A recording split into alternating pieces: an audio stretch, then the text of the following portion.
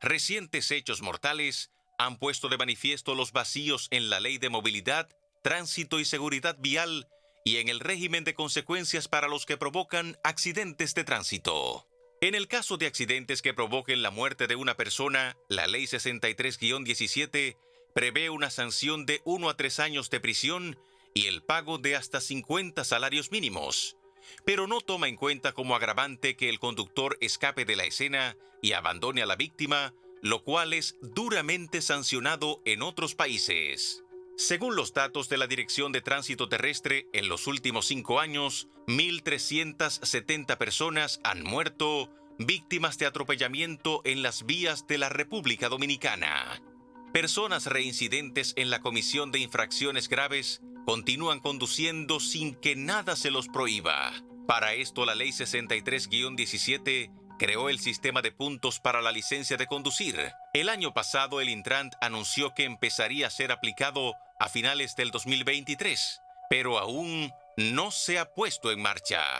No todos los accidentes de tránsito se pueden atribuir a la falta de educación de los conductores. También hemos sido testigos de accidentes fatales por la falta de señalización en las calles, falta de mantenimiento a la vía pública y de protección adecuada de construcciones que ponen en peligro a peatones y conductores. No es de extrañar que la República Dominicana sea el país con mayor tasa de mortalidad por accidentes de tránsito en el mundo.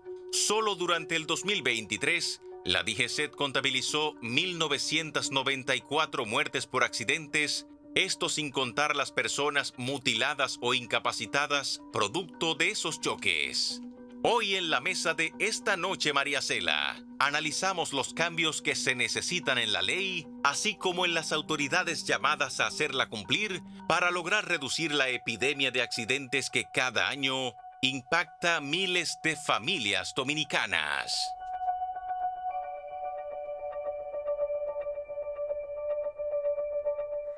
Bueno, y aquí estamos en esta importante mesa, así que pongamos mucha atención porque creo que vamos a edificarnos, a aprender y a también sensibilizarnos con los testimonios importantes que tenemos en el día de hoy. Y vamos a comenzar a presentar a nuestra mesa. Nairobi, Tobías Crespo, diputado del Partido de la Fuerza del Pueblo, propulsor de la Ley 63-17 sobre movilidad, transporte terrestre y seguridad vial. A su lado está Juan Roberto Musa, quien casi pierde a su hijo, que su esposa estaba embarazada en un accidente similar al recién ocurrido en este fin de semana pasado en el Evaristo Morales. Y tenemos también aquí vía Zoom a nuestra amiga periodista Miriam Cruz, que lamentablemente perdió a su único hijo de 16 años, que murió atropellado por otro señor que ya recientemente ha tenido una condena, aunque no quizás la que hubiéramos querido que tuviera. De este lado tenemos... También tenemos otros invitados que nos acompañan en el día de hoy. Kelvin Herrera, abogado, representante legal de Julio César de la Rosa, presidente de la Alianza Dominicana contra la Corrupción ADOCO, justamente el caso reciente al que se refería Faride. Bienvenido, gracias por acompañarnos. Atuey Tavares, abogado, representante de la organización Orden Vial. Bienvenido. Y con nosotros Juan Roberto Musa. Robert Martínez ya lo acaba de presentar. Y también Atuey Taveras, que lo acabamos de presentar de Orden Vial, Tavares. Gracias por acompañarnos a todos. Y aunque hay muchos aspectos que podemos abordar sobre la ley de tránsito, queremos primero dejar nuestro hashtag inicialmente, accidentes de tránsito ENM, para que usted haga sus comentarios, sus experiencias y también sus observaciones sobre el tema, iniciando inmediatamente.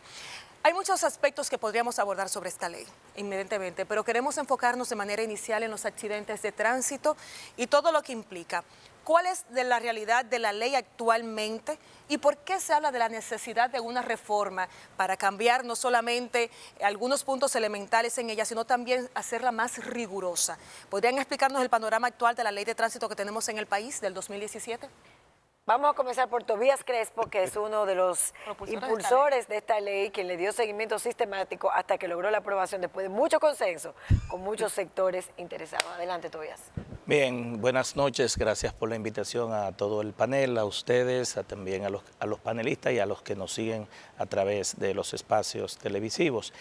Bueno, la ley 6317, que es de movilidad, transporte, tránsito y seguridad vial, en este caso que estamos analizando los accidentes de tránsito, pues tiene una cobertura de casi todas las situaciones que se pudiesen dar con los temas de los accidentes de tránsito.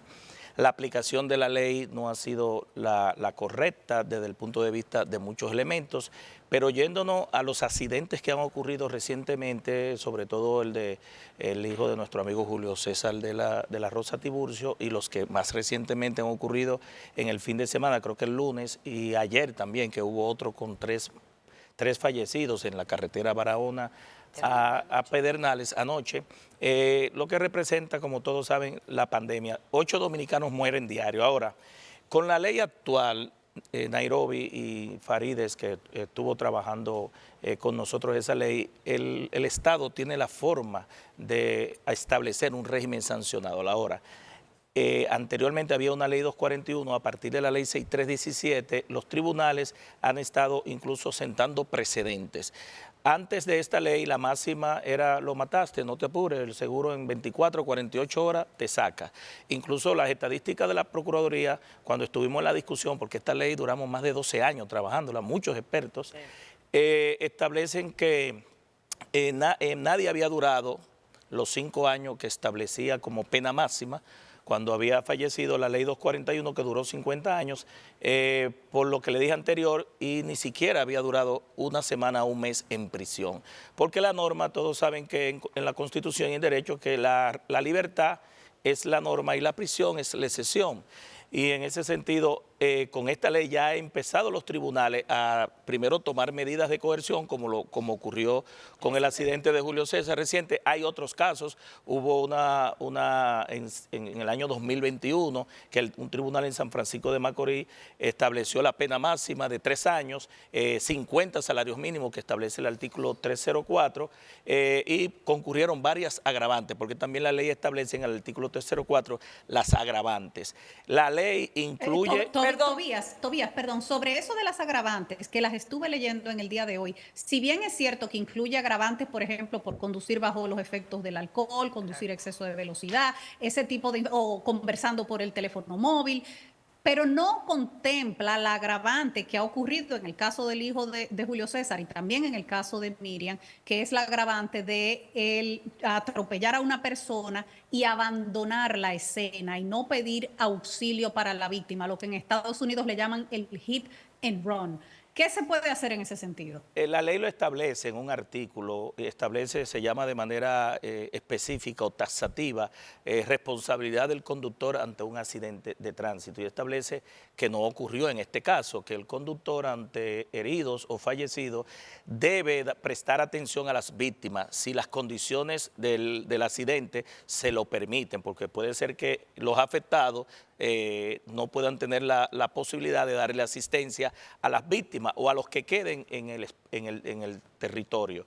Pero también establece que debe llamar al 911 y que debe presentar a un destacamento para reportar el accidente. Si la ley 6317 no dejó fuera el tema de la responsabilidad. Sí, pero no lo incluye como agravante. Eso no le aumenta la pena a la persona. No está en los 6 aspectos que en el 304 establece como agravante, porque ya esto es una atención a la víctima, es decir, eso es posterior al accidente. Si una vez ocurrido el hecho, la responsabilidad del victimario, es decir, del que afectó y provocó la muerte o los heridos, pues tiene que dar asistencia, tiene que llamar al 911 y tiene que reportar el accidente. Aquí ocurrió muchos elementos que pudieran considerarse posterior al accidente, pero que hubo dolo de quien hizo...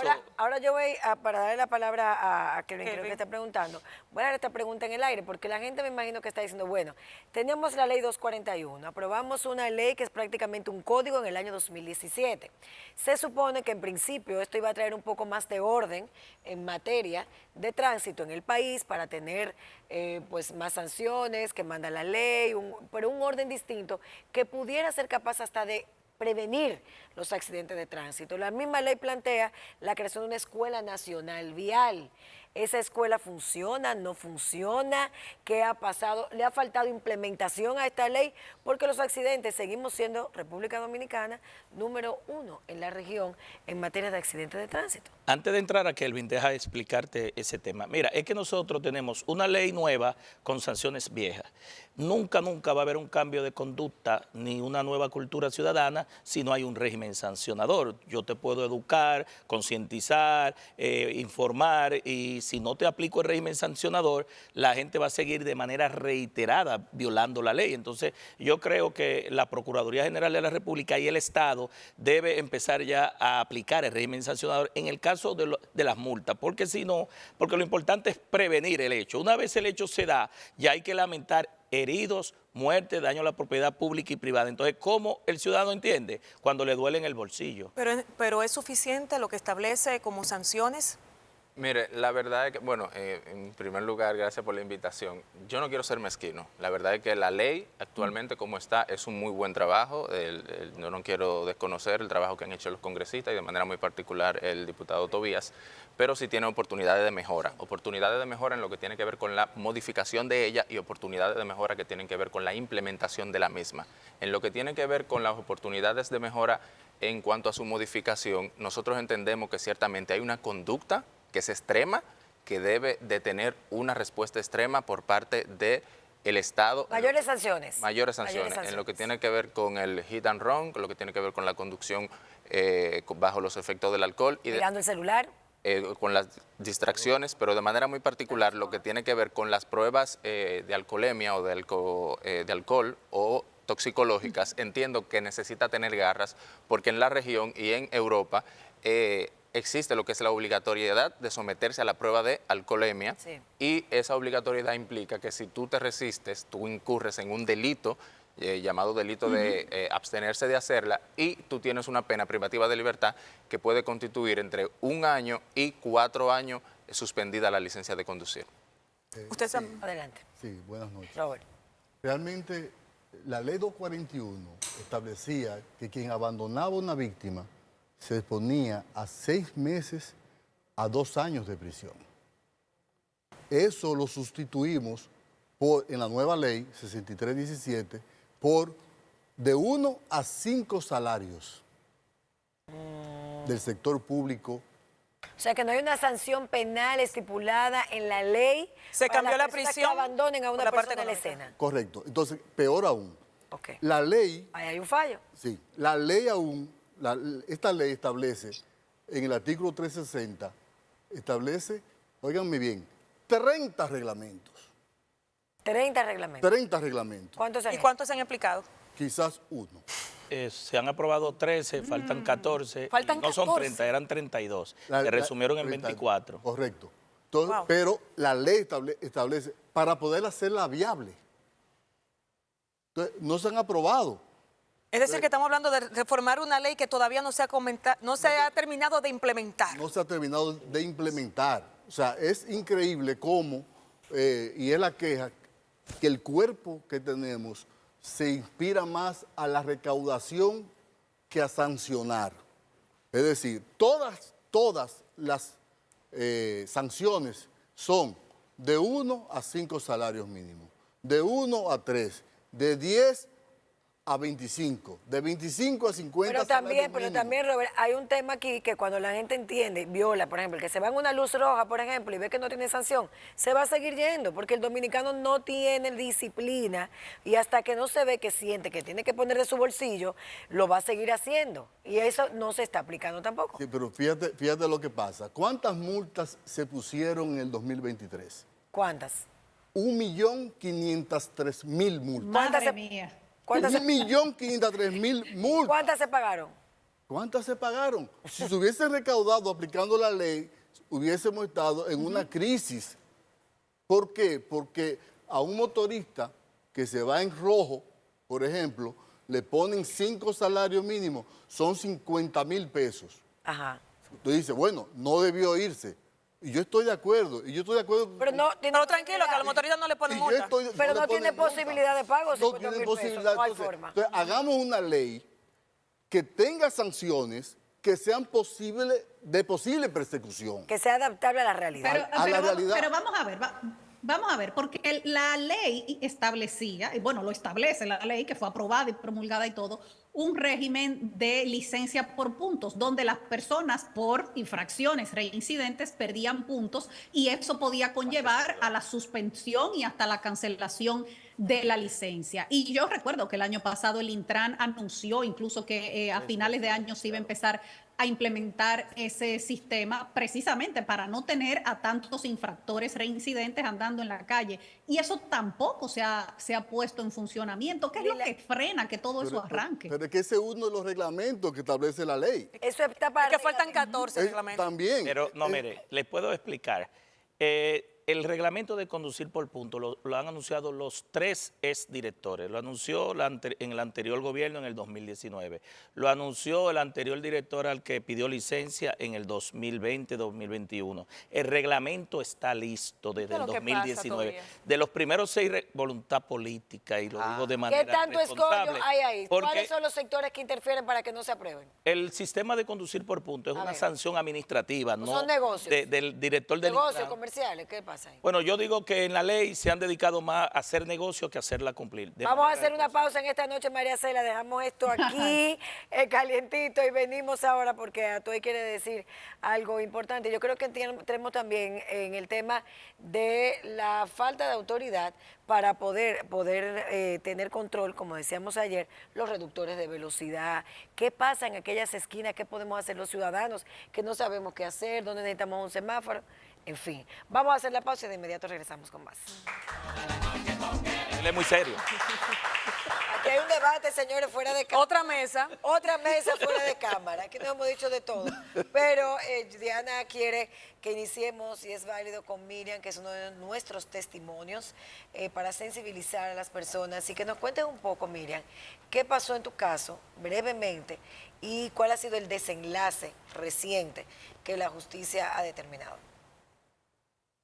Muchas gracias, Faride, Nayoni, gracias a todos los amigos televidentes. Buenas noches para nuestro abogado, Robert, el cual les doy las gracias, ¿verdad?, por esa magnífica defensa que hizo del caso de mi hijo.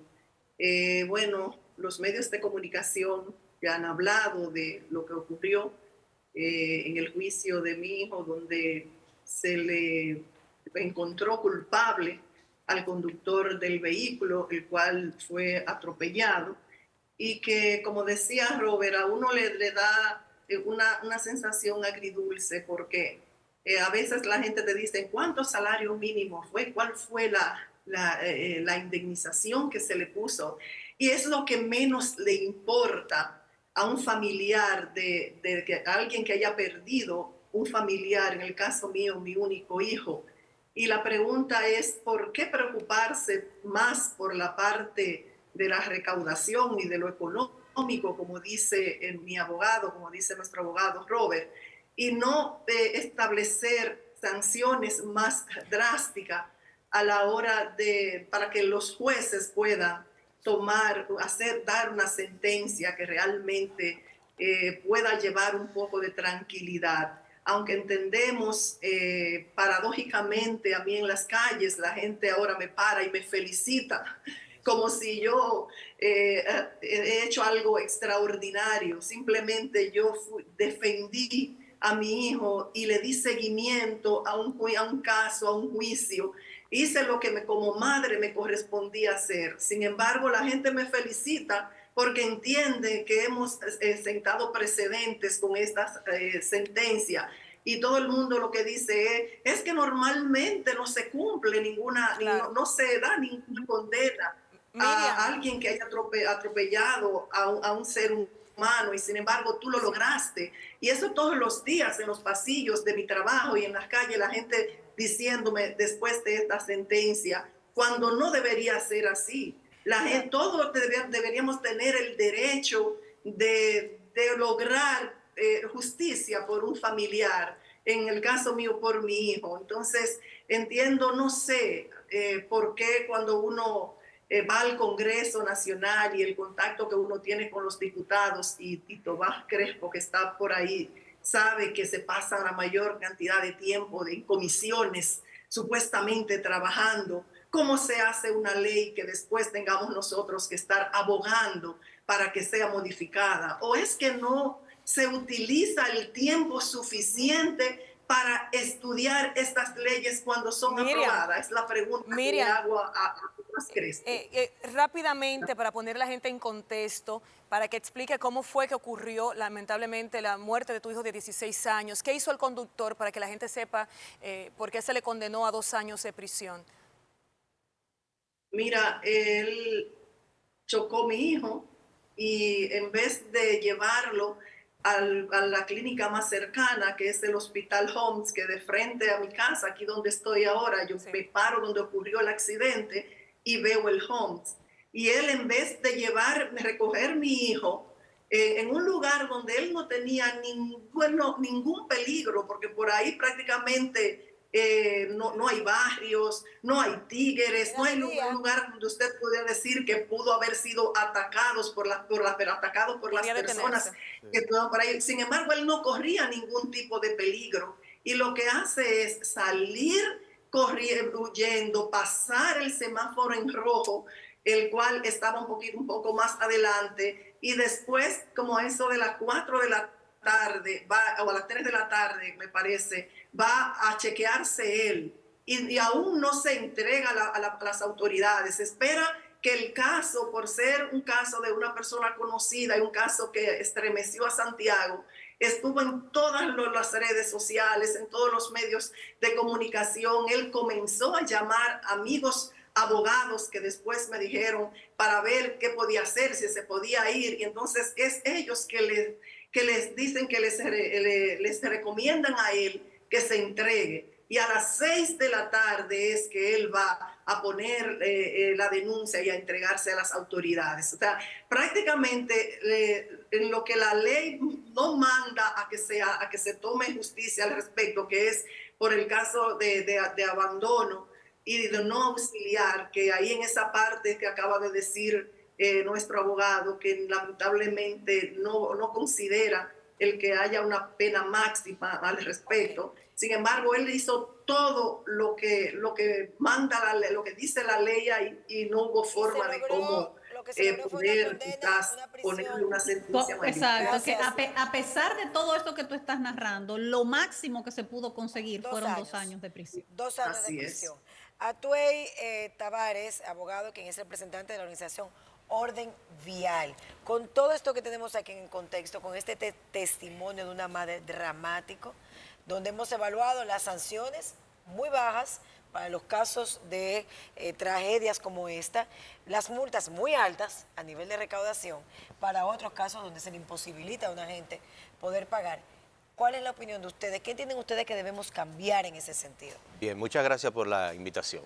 Mira, nosotros como Orden Vial, nosotros somos un grupo de amigos que decidimos aglomerarnos para pedir 2 puntos en específico. Y debo mencionar que lo que nos motivó fue la muerte de Guillermo Rodríguez. Ese fue el caso del señor que iba en una Harley, sí, y un delivery de pedidos ya se fue en rojo y él, por evitar el choque, hizo una maniobra, cayó y murió en el acto.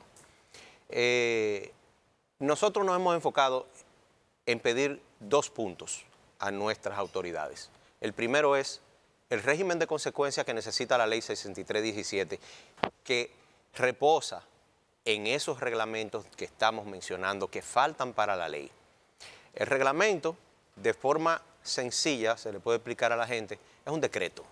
El decreto está en manos del Poder Ejecutivo, es el presidente. No voy a mencionar al actual porque el pasado, Danilo Medina, debió haber promulgado esos reglamentos, como establece la ley, que es a los 6 meses de la ley ser promulgada. No lo hizo porque Danilo Medina quería reelegirse por el costo político que menciona Tobías. Llega un nuevo gobierno y tampoco se han promulgado esos reglamentos. Y la ley es muy clara en su artículo 3 que dice que es la ley y sus reglamentos lo que van a regir el tránsito. Entonces, ninguna ley sin un régimen de consecuencia efectivo tiene ningún No, efecto no hay sobre la garras, no hay población. garras, no se Entonces usted tiene ahí el régimen de las multas, usted tiene la licencia por puntos, que los puntos, según se le vayan quitando a la gente, llega el momento que usted se queda sin licencia y no va a poder manejar simple y sencillamente. Eso es correcto. Transporte público Eso común. está bien. Inspección técnico vehicular. ¿Cuántos accidentes no hay por vehículos que están en mal estado en nuestras calles? Más de un Entonces, 40%. para resumir y no extenderme, el otro punto que nadie menciona y no se atreven a mencionar, a lo mejor los compañeros abogados no se atreven a mencionarlo para no echarse tremenda cosa en contra. ¿Cuáles? Nosotros le estamos pidiendo al Poder Judicial, a los jueces de los tribunales de tránsito, que dejen de emitir sentencias contradictorias y violatorias a la Constitución en el caso específico de las violaciones de los motociclistas. Usted vive en un país donde usted va por las reglas, usted tiene su carro asegurado, usted viene de manera correcta, viene un motociclista en vía contraria, sin papeles, sin seguro, sin casco, se estrella en contra de usted y usted es culpable. Y lo van a condenar, aunque ahora mismo estamos muy suaves con la condena, le van a suspender la prisión, pero le van a poner una sanción civil de por lo menos 1, 2 o 3 millones de pesos y todos sus bienes van a ser embargados por la culpa de un motorista. Y nuestra Constitución dice que penalmente nadie puede ser condenado por el hecho de un tercero.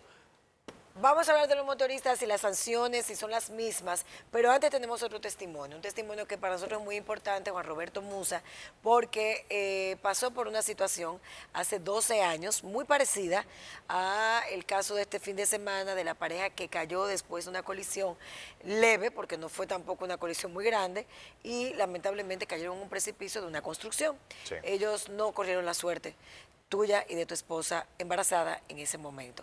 Háblanos rápidamente, dando tu testimonio, lo que ocurrió y qué pasó después. Sí, mira, realmente son casi 13 años porque mi esposa estaba embarazada de 5 meses y el niño ya cumplió 12 años, o sea que son prácticamente 13 años. Fue a una cuadra del accidente que se dio recientemente. El accidente que afectó a mi familia fue en la Francisco Pras Ramírez con José Tapia Brea. Y esta fue el que sucedió hace poco, fue en la Roberto Pastoriza con José Tapia Brea, pero es el mismo bloque, vamos a decir, el mismo cerquita. Lo que sucedió fue un accidente prácticamente igual, la misma causa, o sea, chocaron el vehículo aquí y se barrió y se cayó. Nada de alta velocidad, nada no un vehículo ni potente ni nada. Y se cayó hacia un agujero de una construcción donde estaban haciendo un soterrado, que era más o menos de 40 pies de profundidad, que no es pequeño. Hay fotos y videos y el vehículo quedó destruido. ¿Ese es tu vehículo? Sí. ¿Ese es tu vehículo? Sí, realmente era de mi esposa el vehículo, Sí. propiedad de ella. Ajá. Quedó destruido. Dios mío. El enfoque fue todo en la barriga, o sea, clínica, sonografía, etcétera, cayéndole atrás a eso. Y nada, mira, en ese momento eso sucedió y yo no tenía ningún tipo de incidencia en las redes sociales. Ahora tengo un negocio que tiene una amplia audiencia, vamos a decir, en las redes sociales y yo también. Ay, Dios mío. Y por eso hice el video, porque digo, óyeme, si nos pasó hace casi 13 años, antes de nosotros, 6 años antes, le pasó al hijo de Rafael Perelló, que era el presidente de Indubán. Aquí en Naco. En Naco, exacto. Y la cosa se sigue repitiendo porque las causas son las mismas, los riesgos son los mismos, y tú te das un recorrido por Naco o por Evarito Morales, que es donde yo inclusive vivo y todos los días lo veo, y están todos esos agujeros ahí. Algunos tienen un zinc, algunos no lo tienen. Juan Roberto, ¿hubo alguna consecuencia en tu caso?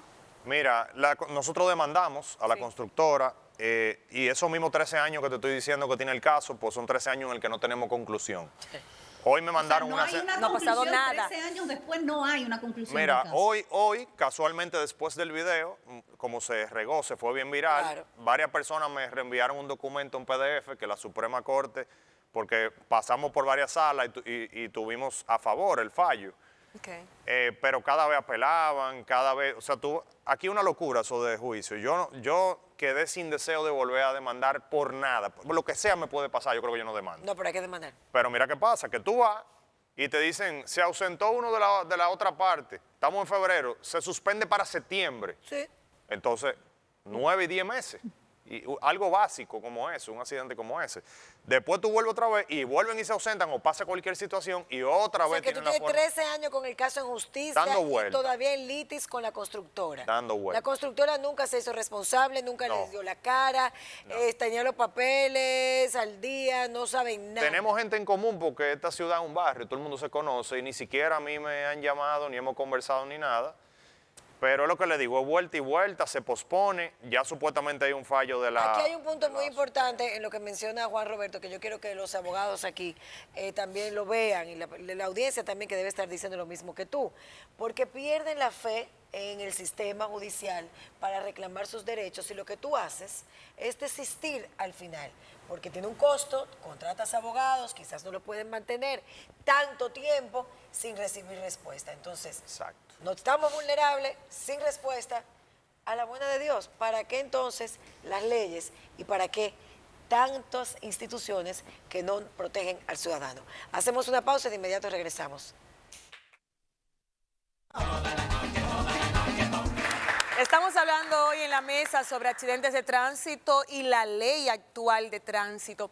Y el testimonio, antes de ir a pausa, de Juan Roberto, de cómo, gracias a Dios, sobrevivió su esposa embarazada y su hijo que se encuentra bien, tras caer en un orificio de estas construcciones, igual que lo que pasó el fin de semana, deja muchas preguntas. Él demandó de manera civil. Pero ¿quién más tiene responsabilidad cuando una constructora deja un orificio de esta naturaleza sin las barreras pertinentes como establece la ley? ¿Solamente la constructora? No, en esos casos lo que se recomienda es demandar a todo el mundo que tenga responsabilidad. Tiene responsabilidad quien ha provocado el accidente, tiene responsabilidad el dueño de la constructora y tiene la responsabilidad la autoridad pública central y la autoridad municipal. En ese caso tú demandas a todo el mundo y alguien puede repetir.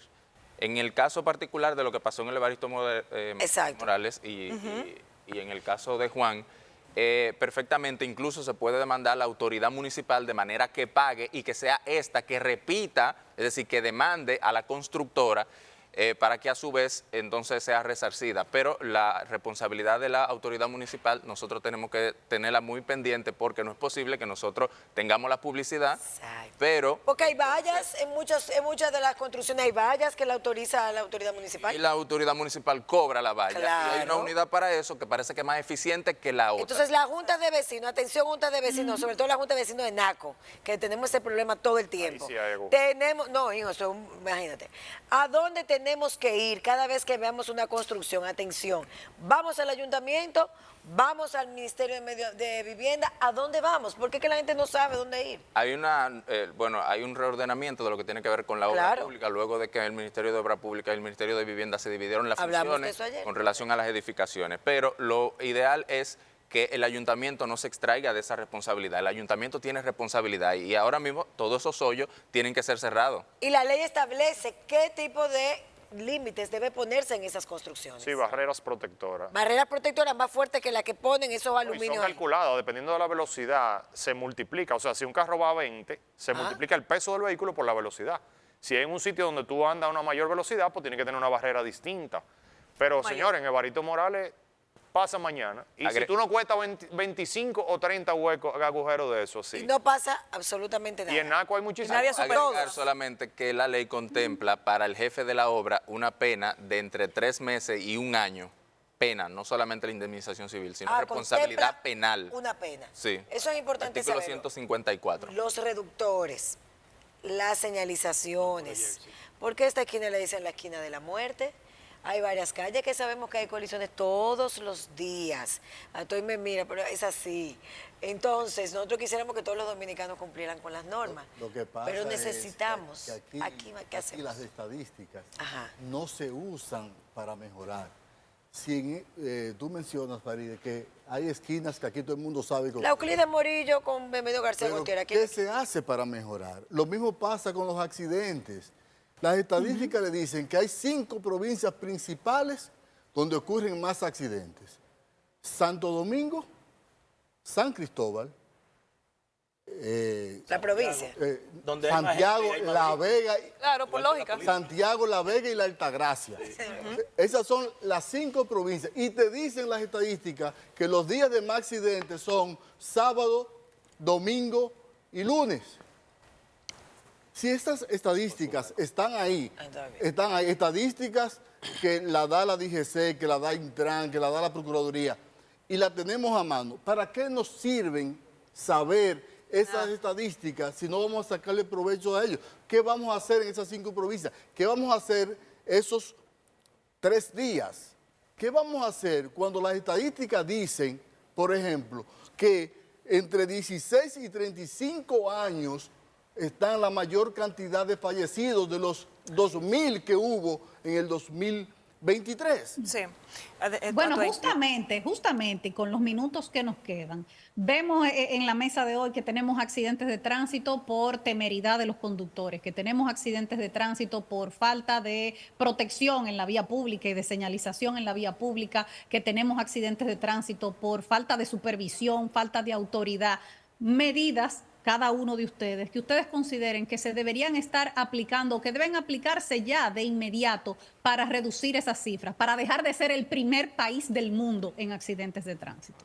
No hay que salir a buscar su agujero. En mi caso, como legislador, cumplir con la ley, la voluntad política que se dio para promulgarla, que se vuelva a repetir y cumplir con la ley. Es una ley reciente de 6, 7 años que tiene todo establecido, y quiero indicar aquí que, hablando de estadísticas, la mayoría, y eso lo establece la Procuraduría General de la República, el 75% deja lo penal y se va por lo civil, por la parte económica y pecuniaria, porque lo penal deja lo civil en estado de fallo. Entonces, tú tienes que esperar la cosa de lo irrevocablemente juzgado para poder apelar a la parte económica. Es algo lamentable por la situación socioeconómica de muchos dominicanos, pero esas estadísticas están, y en el caso de Miriam la felicito, pero no es todo el mundo que espera una sanción de pena privativa de prisión.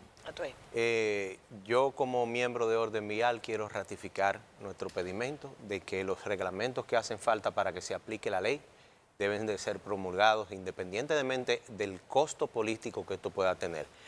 Ya los accidentes de tránsito le están contando demasiado vida a este pueblo.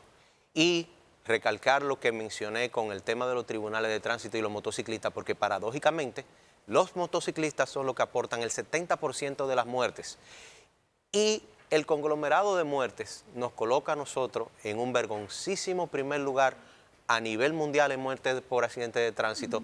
Y estamos hablando de que el país que está en segundo lugar es Zimbabue, que es un país africano mucho más atrasado que nosotros. Esto le cuesta demasiado al Estado. Ya no podemos seguir hablando de costo político, porque la muerte va a tocar la puerta de alguien, y yo espero que no toque la puerta de nuestro gran fuerte económico, que es el turismo. Cuando comience a hacerse viral, que si usted va a República Dominicana puede regresar en un ataúd. Brevemente, Kelvin y Robert.